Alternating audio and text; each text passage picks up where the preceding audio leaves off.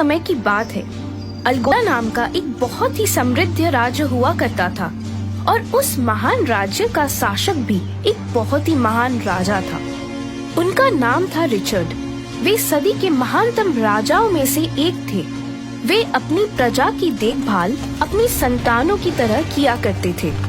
राजा Richard का मानना था कि उसे हर चीज एक शासक की नजरों से नहीं देखना चाहिए, बल्कि एक परिवार का मुखिया होने के नाते हम जितना अपने परिवार के लिए करते हैं वैसे ही अपने राज्य के लिए भी किया जाए। और रिचर्ड उसे करने में सफल भी रहे। उनकी प्रजा भी उनके प्रति बहुत सम्मान और प्रेम रखती थी। सब कुछ अच्छे से चल रहा था। बस राजा रिचर्ड और रानी क्रिस्टियाना एक ही कारण से दुखी थे और वो चीज थी संतान। उन्हें कोई संतान की प्राप्ति नहीं हुई थी। पता नहीं भगवान हमें संतान की खुशी कब देगा। ओह, शाही दंपत्ति की कोई संतान नहीं थी और रानी हर दिन संतान के लिए प्रार्थना किया करती थी। एक दिन शाही दरबार में एक गरीब मुसाफिर आया जिसने राजा से अपने लिए कुछ मदद मांगी। राजा रिचर्ड ने बिना कुछ सोचे समझे उस मुसाफिर को कुछ सोने के सिक्के दे दिए और उस मुसाफिर से पूछा, महाशय, क्या आप इस धनराशि से संतुष्ट है? जी महाराज, बेशक। आपका बहुत बहुत धन्यवाद। आपने तो मेरी सारी उलझने ही खत्म कर दी। और हाँ महाराज, आपने मेरे और मेरे परिवार के लिए जो किया है उसके बदले में आपको कुछ देना चाहता हूँ। तभी उस मुसाफिर ने अपने थैले से एक सेब निकाला और राजा को देते हुए उसने कहा, महाराज, ये फल आप महारानी को दीजिए। इस फल पर देवताओं का आशीष है। जल्द ही आपको संतान की प्राप्ति हो जाएगी। महाराज को वो फल देकर मुसाफिर वहाँ से निकल पड़ा। राजा रिचर्ड थोड़ी देर सोचते रहे कि भला इस मुसाफिर की बात सच होगी भी या नहीं, लेकिन राजा को उस मुसाफिर की बातों पर यकीन था। उन्होंने रानी के पास जाकर उन्हें राज दरबार में घटी सारी बातें बताई। रानी ने ये सब सुनकर तुरंत उस फल को ग्रहण किया और कुछ ही दिनों में रानी ने 2 जुड़वा बच्चों को जन्म दिया, जिसमें एक लड़का और एक लड़की थी। आखिर भगवान ने हमारी सुन ही ली। वो मुसाफिर शायद कोई फरिश्ता ही होगा। हाँ प्रिय, उन्हें मैं दिल से प्रणाम करता हूँ। देखते ही देखते राजकुमार और राजकुमारी बड़े हो गए। दोनों ने अपने युवावस्था में सारी शास्त्र कलाओं में महारत हासिल की। उनकी बहादुरी के चर्चे दूर दूर तक होने लगे।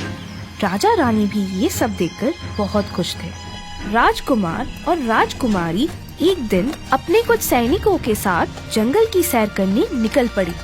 कुछ देर सैर करने के बाद उन्हें एक बहुत ही खूबसूरत हिरन दिखाई दिया।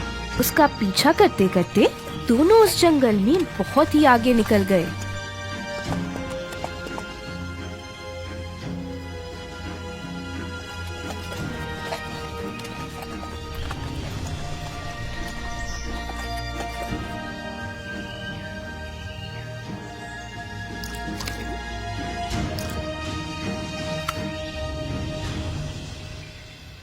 उसी जंगल में क्लॉडियस नाम का एक बहुत ही दुष्ट जादूगर रहता था, जो हर रात उस झील के पास आकर अपनी जादू के लिए लगने वाली सामग्री लेकर जाता था। जादूगर ने राजकुमार और राजकुमारी को देखा तो उसकी खुशी का कोई ठिकाना ही नहीं रहा। मुझे अपनी जादुई शक्ति बढ़ाने के लिए एक युवा नौजवान की जरूरत थी, और देखो, शिकार तो खुद ब खुद चलकर मेरे पास आया है। लेकिन इस लड़की का क्या करूं? ये तो बहुत ही खूबसूरत है। इससे तो मैं शादी ही करूंगा। जादूगर ने अपनी जादुई शक्ति से उन दोनों को उठाया और उसके घर में उन दोनों को कैद कर दिया। सुबह पंछियों की चहक से दोनों की नींद खुली और वो दोनों इधर उधर देखने लगे। ये हम कहाँ आ गए? तभी राजकुमारी जोर से चिल्लाई, ग्रेस, क्या हुआ? वो देखो, कितनी भयानक मूर्ति है, और वो कंकाल। तुम कौन हो और हम यहाँ कैसे आए? और ये कौन सी जगह है? तुम महान जादूगर क्लॉडियस के घर में हो। क्लॉडियस को अपनी जादुई शक्ति बढ़ाने के लिए एक युवान की जरूरत थी। जल्द ही क्लॉडियस तुम पर अपनी जादुई शक्ति का इस्तेमाल करने वाला है। अब तुम्हें भूख लगी होगी, ये कुछ फल खा लो। और हाँ, यहाँ से भागने की कोशिश मत करना, हम यहीं पर पहरा दे रहे हैं, समझे? ग्रेस और आर्थर समझ चुके थे कि अब उनका अंतिम समय आ चुका है। दोनों एक दूसरे की तरफ देख रहे थे। तभी उन्हें किसी की करहाने की आवाज सुनाई दी। दोनों उस आवाज की ओर गए। वो आवाज उन्हें जमीन के नीचे से आ रही थी। ग्रेस, शायद यही से कोई रास्ता होगा। ये देखो, मिल गया। इसे उठाने में मेरी मदद करो।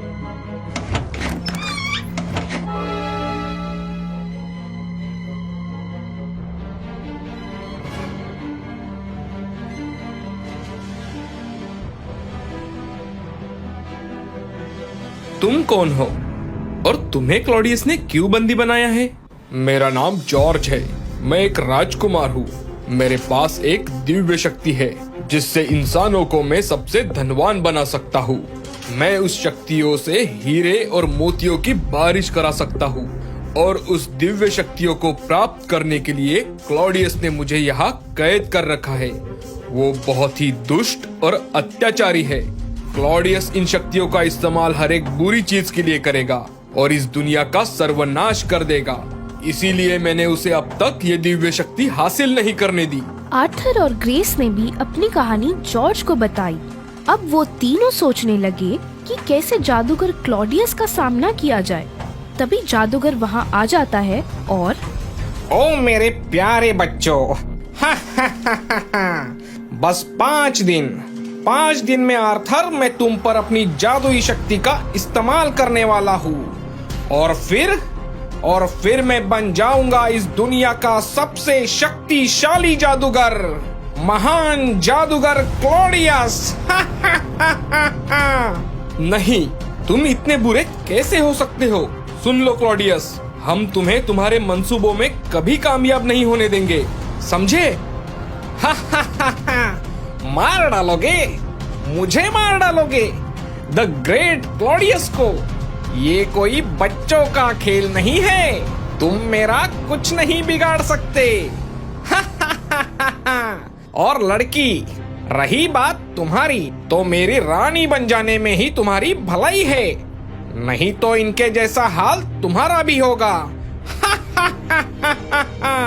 सोच लो लड़की, मैं तुम्हें 5 दिन का वक्त देता हूँ। क्लॉडियस रात दिन एक कर अपनी जादुई शक्तियाँ बढ़ा रहा था। क्लॉडियस ने उन तीनों को एक ही जगह पर रखा था। बाहर कड़ी पहरेदारी होने के कारण तीनों वहाँ से कहीं नहीं जा सकते थे। और तो और क्लॉडियस के पास बहुत जादुई शक्तियाँ थी। वो उन्हें कैसे भी पकड़ सकता था। उनके पास अब एक ही रास्ता था और वो था क्लॉडियस का सर्वनाश करना। तीनों मिलकर सोचने लगे। तभी आर्थर को एक कल्पना आई। ग्रेस, तुम एक काम करो, तुम क्लॉडियस के पास जाकर उसे बताओ कि तुम उससे शादी करने के लिए राजी हो गई हो और उससे कैसे भी उसकी कमजोरी का पता लगाओ, जिससे हमें ये पता लगे कि आखिर हम उसका मुकाबला कैसे कर सकते हैं। हाँ आर्थर, बस यही एक विकल्प बचा है हमारे पास। मैं पूरी कोशिश करूंगी।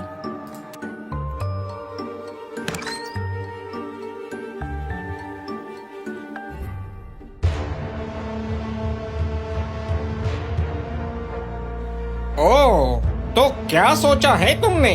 क्या पैगाम लेकर आई हो? महान जादूगर क्लॉडियस, मैं आपके साथ शादी करके मैं भी इस दुनिया की सबसे महान रानी बनना चाहती हूँ। मुझे आपका प्रस्ताव स्वीकार है प्रिय। बहुत खूब, बहुत खूब।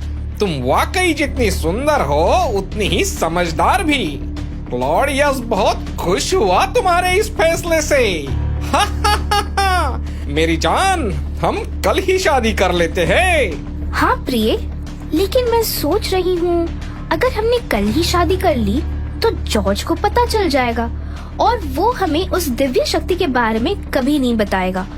मैं पहले जॉर्ज से कैसे भी उस दिव्य शक्ति के बारे में पता लगाती हूँ, फिर हम शक्तिशाली बनने के साथ साथ सबसे अमीर भी बन जाएंगे।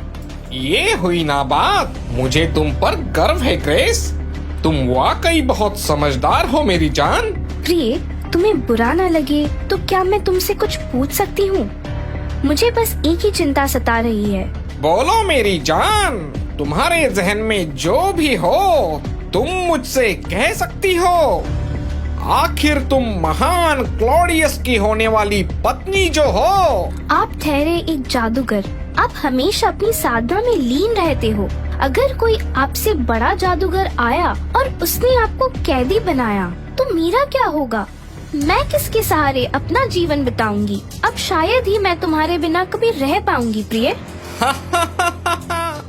कितना प्यार करती हो जान तुम मुझे, लेकिन मुझसे मुकाबला करना इतना भी आसान नहीं है।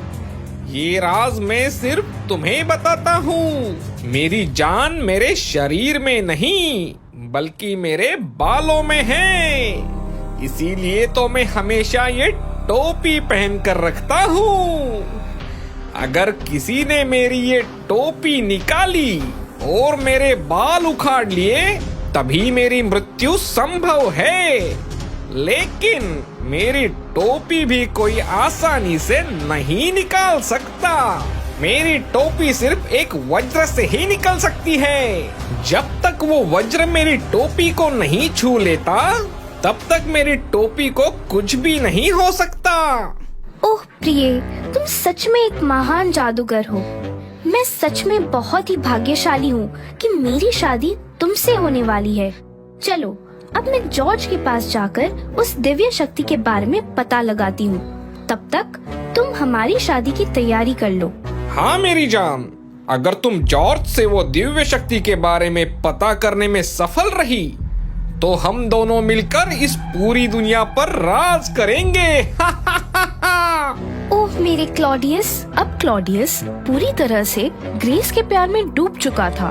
दूसरी ओर ग्रेस वापस उस जगह आ जाती है जहां आर्थर और जॉर्ज को रखा हुआ था। वो सारी कहानी वो उन दोनों को बताती है। दोनों ये बात सुनकर खुश हो गए क्योंकि उन्हें क्लॉडियस की सबसे बड़ी कमजोरी जो उसकी हैट थी उसके बारे में उन्हें पता चल चुका था। लेकिन सवाल अब ये था कि अब वो वज्र के बारे में कैसे पता करें। तीनों मिलकर सोचने लगे। तभी उनको खाना खिलाने वहाँ पर जादूगर के सिपाही आए। सिपाहियों को देखते ही ग्रेस को एक कल्पना आई। वो उन सिपाहियों से, क्या तुम जानते नहीं मैं तुम्हारी होने वाली रानी हूँ और मुझे खाने में कुछ अच्छे पकवान चाहिए। मैं ऐसे बकवास खाना नहीं खा सकती। और तुम्हारे क्लॉडियस ने मुझे वज्र के बारे में बताया और मुझे उसकी देखभाल करने का जिम्मा सौंपा है। मुझे उस वज्र के बारे में बताओ।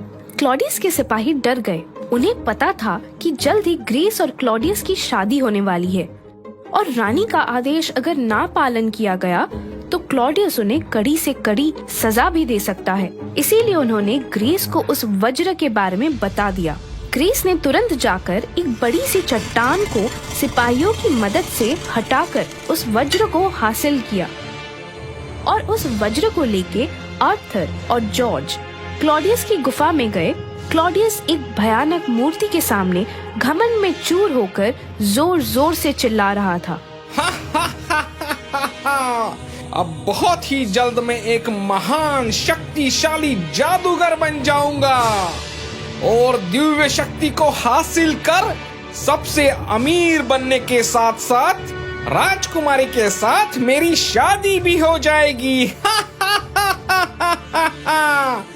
और मैं पूरी दुनिया में कहलाऊंगा महान जादूगर क्लॉडियस। इस दुनिया का सबसे ताकतवर इंसान जिसके सामने पूरी कायनात सर झुकाकर खड़ी रहेगी। जब जादूगर जब अपने घमंड में चूर होकर बोल ही रहा था तभी आर्थर ने बिना वक्त गवाए बहुत ही चतुराई से क्लॉडियस की टोपी पर वज्र लगाया, जिससे ही क्लॉडियस की टोपी नीचे गिरी और वो कमजोर हो गया। और ओए ओए, धोखा धोखा, क्लॉडियस के साथ धोखा। क्लॉडियस कुछ कर पाता तब तक आर्थर ने उसके सर के सारे बाल उखाड़ लिए थे। क्लॉडियस के सिपाही भी ये सब देखकर डर के मारे भाग गए। क्लॉडियस का अब अंत हो चुका था। तीनों उस वज्र को लेके गुफा के बाहर आए। आर्थर, ये वज्र बहुत ही बुरी शक्तियों से प्रभावित है। हमें इसे हमेशा के लिए नष्ट कर देना चाहिए। हाँ जॉर्ज, तुम बिल्कुल सही कह रहे हो। एक बड़े से पत्थर से आर्थर उस वज्र को तोड़ देता है और तीनों मिलकर अपने राज्य के लिए निकल पड़ते हैं। जैसे ही वो अपने राज्य में दाखिल होते हैं, अपने राजकुमार और राजकुमारी को सही सलामत देखकर सभी ओर उत्सव मनाया जाता है। राजा रानी भी अपने बच्चों को गले लगा लेते हैं और उनकी पूरी कहानी सुनकर उनके साहस और बहादुरी की प्रशंसा करते हैं। दूसरे ही दिन जॉर्ज राजा रिचर्ड से, महाराज, आपके दोनों बच्चे सच में बहुत ही बहादुर और विद्वान हैं। आप अपनी प्रजा का कितना ख्याल रखते हैं, ये सब देखकर मैं सच में आप सबसे बहुत प्रभावित हुआ हूँ। आगे भी आप पर हमेशा सुख समृद्धि बनी रहे, इसीलिए मैं अपनी दिव्य शक्तियों को प्रभाव में लाना चाहता हूँ। तभी जॉर्ज अपने दिव्य शक्तियों से राजमहल में हीरे और मोतियों की बारिश करवाता है। सब लोग ये नजारा देखते ही रह गए। हीरो और मोतियों की बारिश खत्म होने के बाद जॉर्ज ने राजा रिचर्ड से जाने की अनुमति मांगी, लेकिन राजा रिचर्ड ने जॉर्ज से कहा, जॉर्ज, तुमने हमारे राज्य के लिए इतना कुछ किया है, मैं तुम्हें ऐसे ही नहीं जाने दे सकता। क्योंकि राजा ने भी अपनी बेटी ग्रेस की मन की बात जान ली थी। ग्रेस और जॉर्ज भी एक दूसरे को मन ही मन चाहने लगे थे। तुम मेरी बेटी ग्रेस को स्वीकार कर लो। जॉर्ज ने तुरंत अपनी स्वीकृति दर्शाई। और फिर क्या? फिर राजा रिचर्ड ने जॉर्ज के राज्य में उनकी माता को बड़े ही आदर सम्मान के साथ न्योता भेजा और एक भव्य शाही शादी का आयोजन किया गया।